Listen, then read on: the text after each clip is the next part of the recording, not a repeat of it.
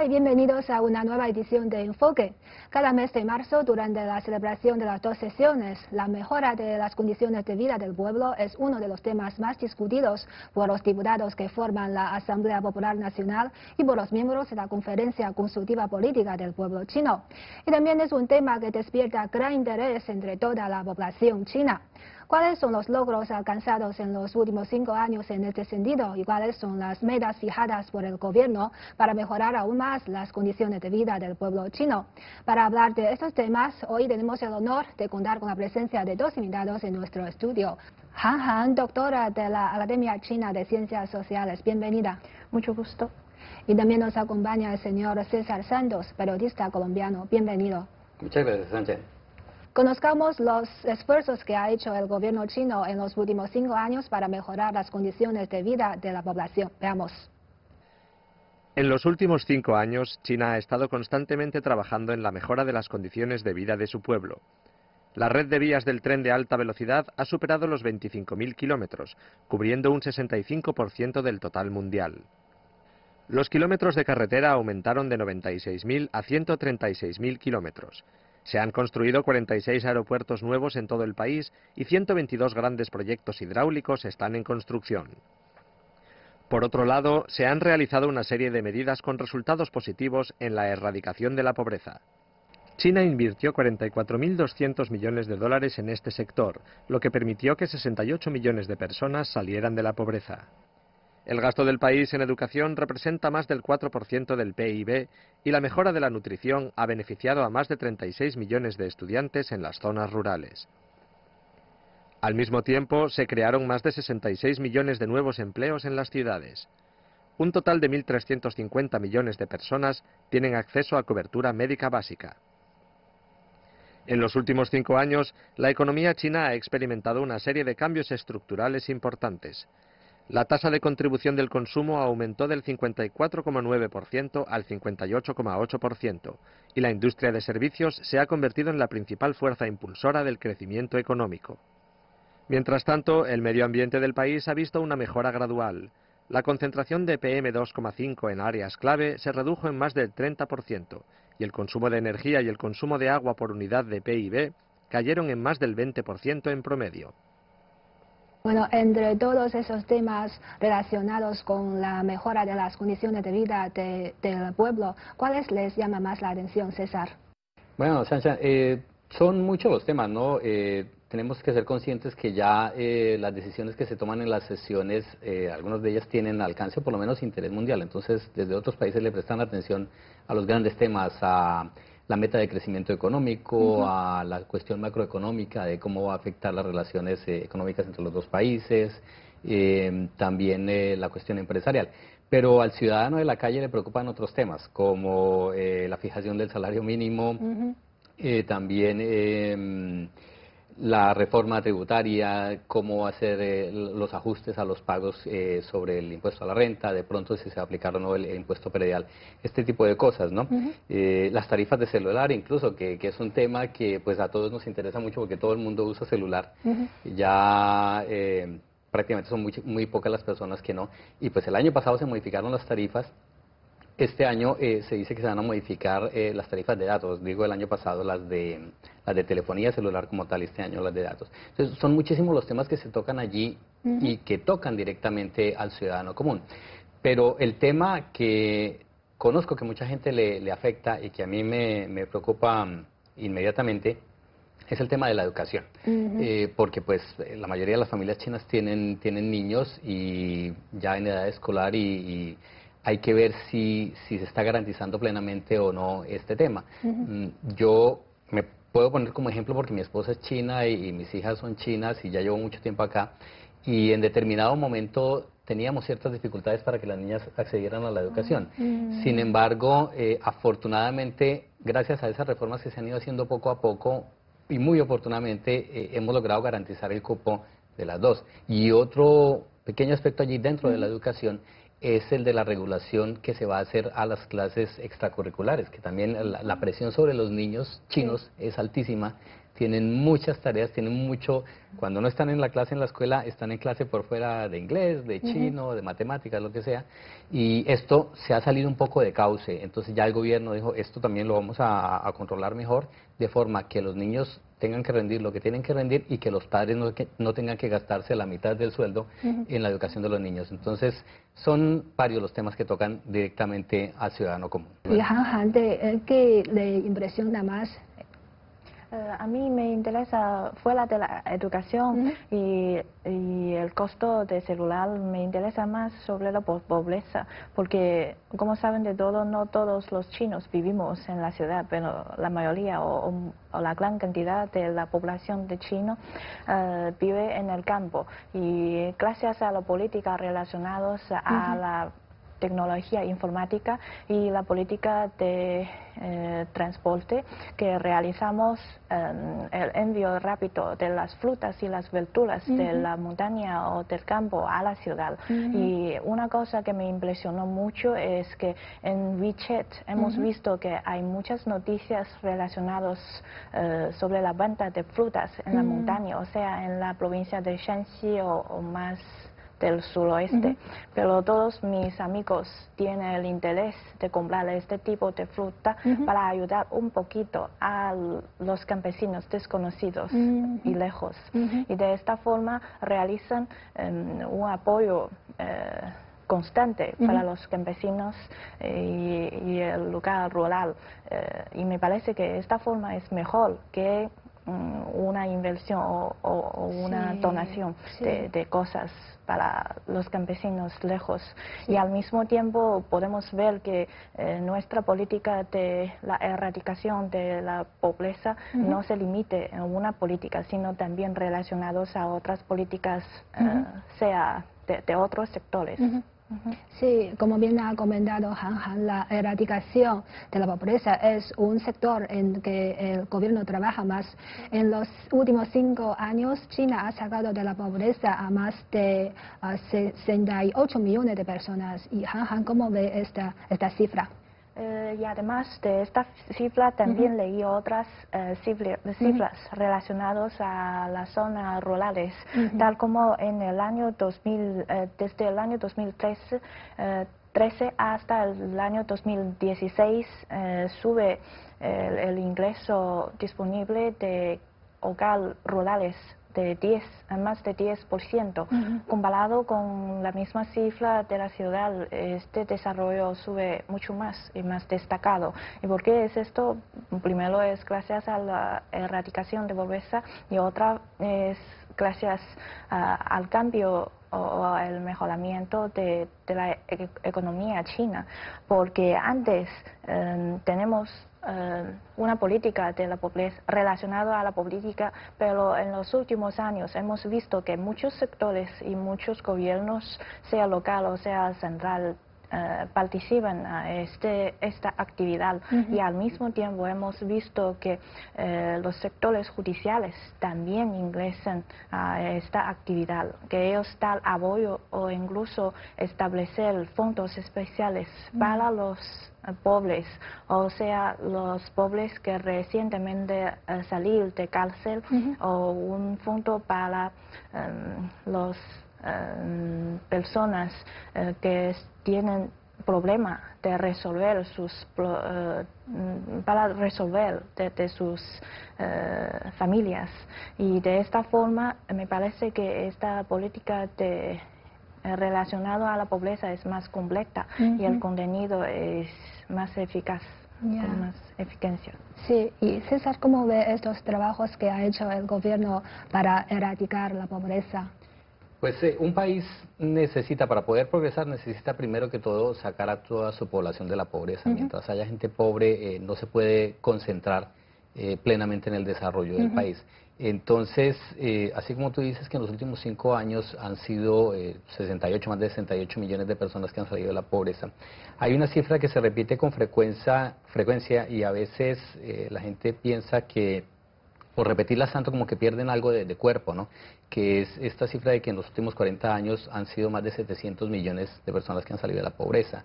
Sin embargo, si uno lo compara, por ejemplo, con la región latinoamericana, donde nuestros países tienen 20, 30, 50 millones de personas, aquí estamos hablando de 700 millones de personas en solo 40 años. Allí seguimos teniendo grandes cantidades de pobres a lo largo de mucho más de 4 décadas. Entonces, es algo que hay que reconocer. Son muchas las estrategias que se están aplicando. La meta del gobierno es que para 2020 ya se haya erradicado por completo la pobreza absoluta, la pobreza extrema. Y dicen que cuando ya queda más poco es lo más difícil, ¿no? Entonces, estas personas que todavía quedan en condición de pobreza, las estrategias que se están aplicando en este momento son más, si se quiere decir, personalizadas, más focalizadas, dependiendo de la situación específica de un distrito, de una aldea. Inclusive de los grupos de población, porque ahora también se están concentrando en los ancianos, en las personas con discapacidad o en las personas con enfermedades graves. Entonces, pues con esto también el gobierno se está asegurando de que nadie se quede por fuera de estas políticas, que todos sean cobijados. E inclusive hay políticas diseñadas para la gente que por alguna razón, después de haber salido de condición de pobreza, vuelvan allí, vuelvan a caer en condiciones de pobreza. Entonces se les ayuda nuevamente para que se recuperen y garantizar que puedan ahora sí empezar a elevar su nivel de ingresos. Entonces son varias las políticas y estas estrategias focalizadas, y pues a mi juicio esta meta que está propuesta para 2020 yo creo que se va a cumplir.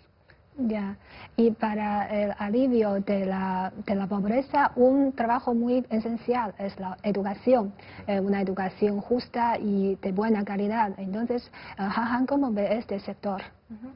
Recientemente hemos visto que en China cada día la universidad tiene más facultades y recibe más estudiantes. Eso es la educación superior, y lo que damos más atención es la educación en la escuela secundaria y primaria, especialmente también en las montañas o en el suroeste de China. Podemos ver que hay muchas escuelas que ya establecen contactos o relación con una compañía de la ciudad, o sea, de Beijing o de Shanghai o de otras ciudades más importantes, y también hay ayudamientos o voluntarios que constantemente van a sus escuelas a dar un semestre de clase o dar varios años de clase, y todo esto son una política constante, y hemos visto que gracias a la ayuda de estos voluntarios hay más estudiantes pobres que pueden ingresar en la Universidad de Beijing o otras universidades más destacadas en China. Y al mismo tiempo, todos estos estudiantes, después de graduarse de la universidad, hay más tasas la mayoría de ellos prefieren regresar a su pueblo natal para ayudar a más estudiantes, a más niños allá. Y o sea, ellos se quedan en la ciudad, ellos prefieren servir en algunas compañías o gobiernos para ayudar a la pobreza o a la enseñanza. Efectivamente, uno de los problemas que debemos resolver en esta nueva era es el desequilibrio del desarrollo.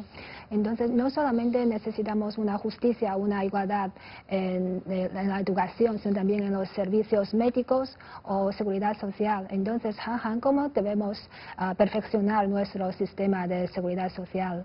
A mí me parece que tanto la educación como los servicios médicos como la seguridad social son temas más centrales para una familia en la ciudad. Sí. Y con estos, después de casi 40 años de la política de reforma y apertura, hemos visto que se desarrolla mucho la economía de China, pero al mismo tiempo no olvidamos el objeto del desarrollo, es el buen vivir, como se dice en América Latina. También el presidente Xi Jinping mencionó esta palabra el año pasado, que el objeto es para la vida, el buen vivir de la vida cotidiana. Entonces, ¿qué significa este buen vivir? Es después de pagar cada años más a la educación, y después de elevar el nivel de la calidad de la enseñanza, podemos realizar podemos establecer una sociedad con más servicios públicos. Y al mismo tiempo hemos visto que el desarrollo es destacado en cuanto a los servicios públicos. Un ejemplo que quiero mencionar es que dentro de nuestro instituto hay un profesor que tiene más de 70 años, que cada vez cuando él tiene oportunidad de conversar con los extranjeros expertos, siempre traiga su carnet de mayor, tercera edad. El carnet de tercera edad para presentar cómo usar su carnet, tal como puede entrar gratis a los parques de la ciudad y puede tomar autobús gratis, y también cada mes hay una pensión para comprar comida o cosas cotidianas.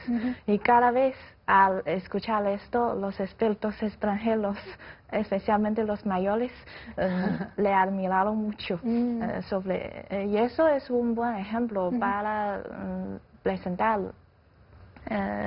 que el mejoramiento de la seguridad social, pero al mismo tiempo debemos ver que todavía falta mucho para realizar los contenidos de la Ley de Seguridad Social que publicó el año 2010.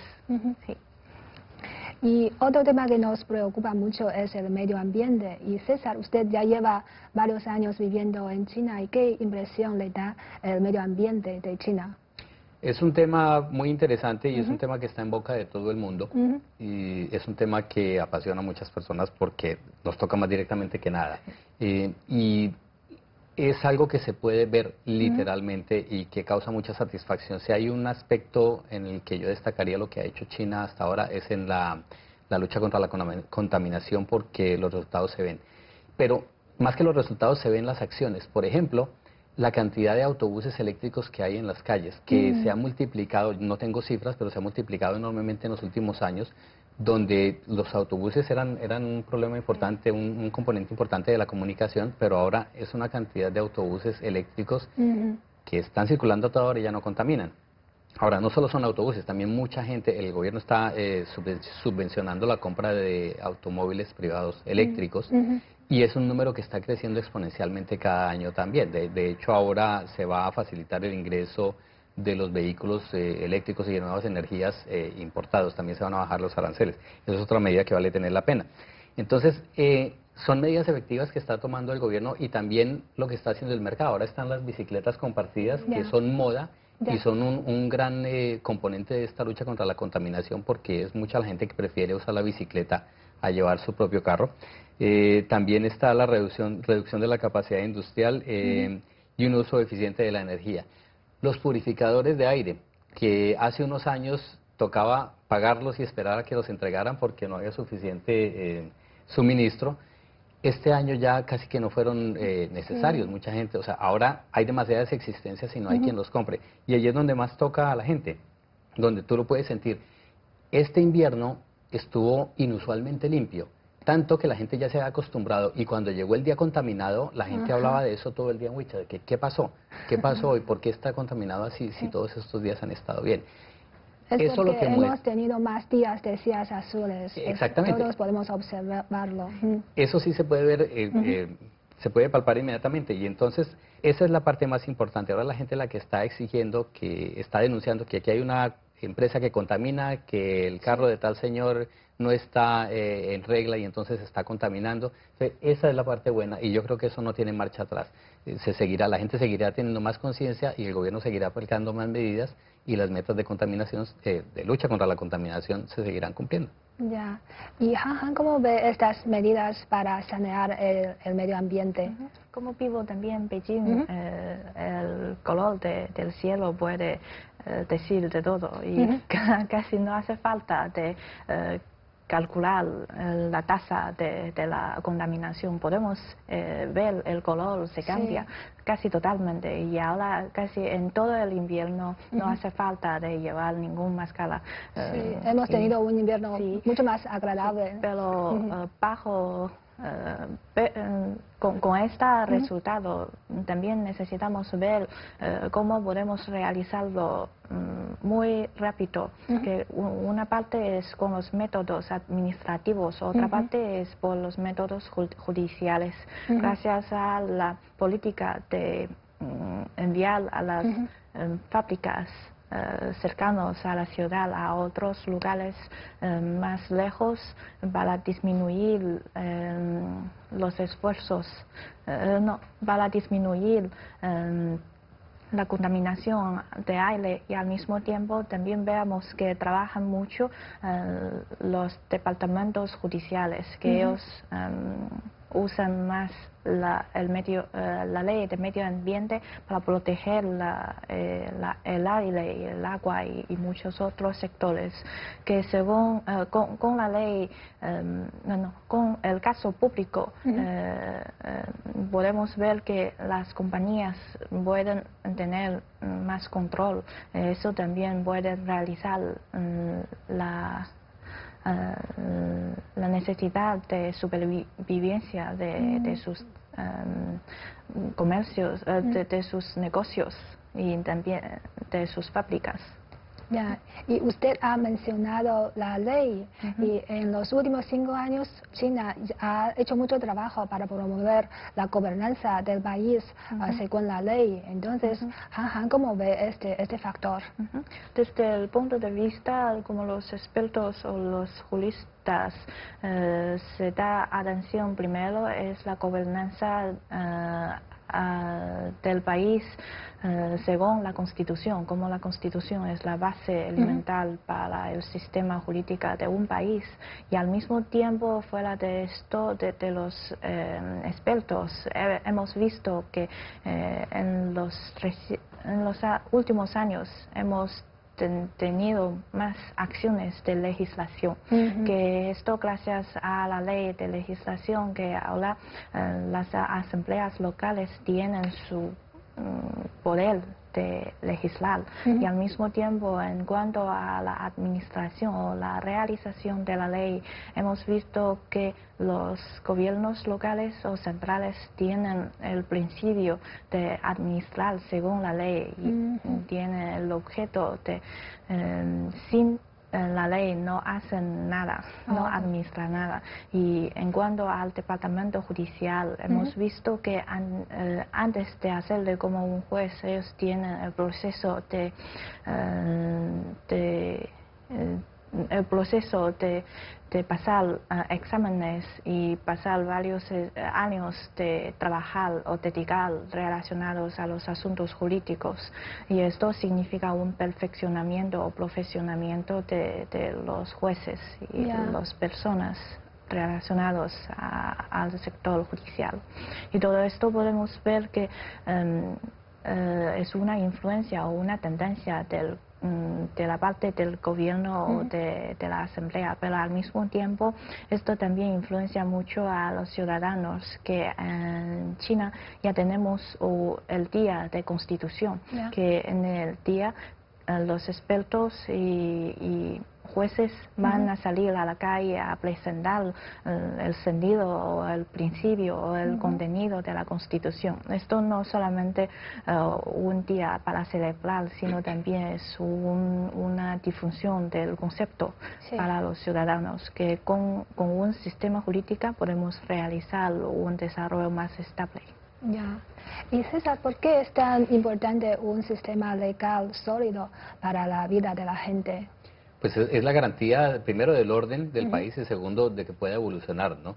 En cuanto a las normas que hay en China, las leyes que existen, por supuesto, ya son están muy bien pensadas, planeadas, son muy efectivas. El problema es que todavía mucha gente no las respeta. Lo primero que hay que garantizar es que los funcionarios las respeten, y allí vamos a tocar el tema de la lucha contra la corrupción, que es muy importante, porque lo primero que hay que garantizar es que los funcionarios cumplan las normas. Ellos son quienes tienen que dar ejemplo. Si el ciudadano corriente ve que el funcionario no las cumple, pues yo no las tengo que cumplir, ¿no? O tengo una excusa para no cumplirlas. Claro. Lo primero es que ellos cumplan las normas.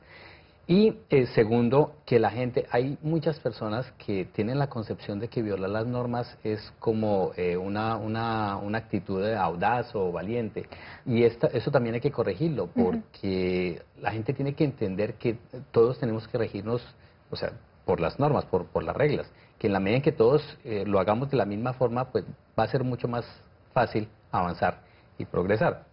La Constitución y las normas del país tienen que ir evolucionando a medida que el país evolucione. Entonces ya hay un nivel mayor de desarrollo y están surgiendo una cantidad de nuevas empresas que necesitan, nuevos sectores industriales que necesitan ser regulados también, y hay que enseñarle a la gente cómo comportarse a la luz de estos desarrollos. Entonces por eso están las reformas de la Constitución que ahora mismo se están discutiendo en las sesiones. Entonces es necesario seguir evolucionando. Entonces mientras la gente sienta que las leyes le protegen, le garantizan que sus derechos van a ser respetados y que podrá dedicarse a trabajar y a progresar pues con seguridad, sin riesgos, pues entonces ahora sí el país va a evolucionar. Y además la gente tiene la posibilidad de supervisar a los funcionarios, y en el caso de descubrir casos que no, o sea, de violaciones a las normas, pues también tienen la posibilidad de denunciarlos y hacer que les apliquen las leyes a ellos también. Sí, así el desarrollo es mucho más sano. Y este año conmemoramos el 40 aniversario de la política de reforma y apertura, y durante estos 40 años cada uno de los chinos hemos sido testigos de este gran desarrollo, este gran cambio económico y social. Y Han Han, a pesar de ser tan jovencita, ¿qué impresión tiene sobre esta política? Pues para mí también yo también tiene una impresión muy destacada de mi niño, porque antes no tenemos WeChat, no podemos comunicar directamente con amigos del otro lado del Pacífico, pero tenemos el límite, como el límite del transporte, pero ahora se cambia totalmente. Lo más impresionante es la forma de pago, que no hace falta de llevar ningún moneda. Con el teléfono móvil yo puedo acceder a una bicicleta compartida y puedo pagar en supermercado, en restaurante, en cualquier lugar. Incluso yo puedo entrar en un supermercado sin persona. Todo esto es gracias a la tecnología, pero la base es el desarrollo económico de nuestro país, y esto es gracias a esta política. Y lo que quiero decir que el desarrollo de la economía de China no se favorece a los ciudadanos chinos, sino también tiene una influencia a la economía mundial, que según una cifra que en el año 2016 el desarrollo de la economía china da un comportamiento casi 0.08% de la economía mundial. Sí, y en esta nueva era el nuevo objetivo de esta política es mejorar el nivel de la reforma y apertura. Entonces, ¿cómo ve este nuevo objetivo y qué expectativas tiene sobre esta política? Me parece que inicialmente esta política es para el desarrollo de la economía, pero ahora podemos decir que entramos en otra etapa, que es la etapa para compartir. Eso necesita una política de distribución con más igualdad y con más equilibrio, y por eso todavía hace falta de mejorar o de realizar otra vez nuestras políticas. ¿Y César? Pues en materia de reforma y apertura, en materia de reforma quiero decir, lo primero que me parece más importante es persistir en esta decisión de cambiar el modelo de desarrollo económico, de hacer la reestructuración económica, que es fundamental para que el país siga progresando, ¿no? Ya han mencionado algunos de los no lujos, pero de los placeres que disfruta la ciudadanía china gracias a estos 40 años de reforma y apertura, ¿no? En cuanto a apertura, pues es imposible no mencionar la iniciativa de la Franja y la Ruta, que tiene encantados a todos los países que están vinculados directamente con esta, y que ya está dando frutos, por cierto, pero que también llama mucho el interés de otras regiones del mundo que no están vinculadas.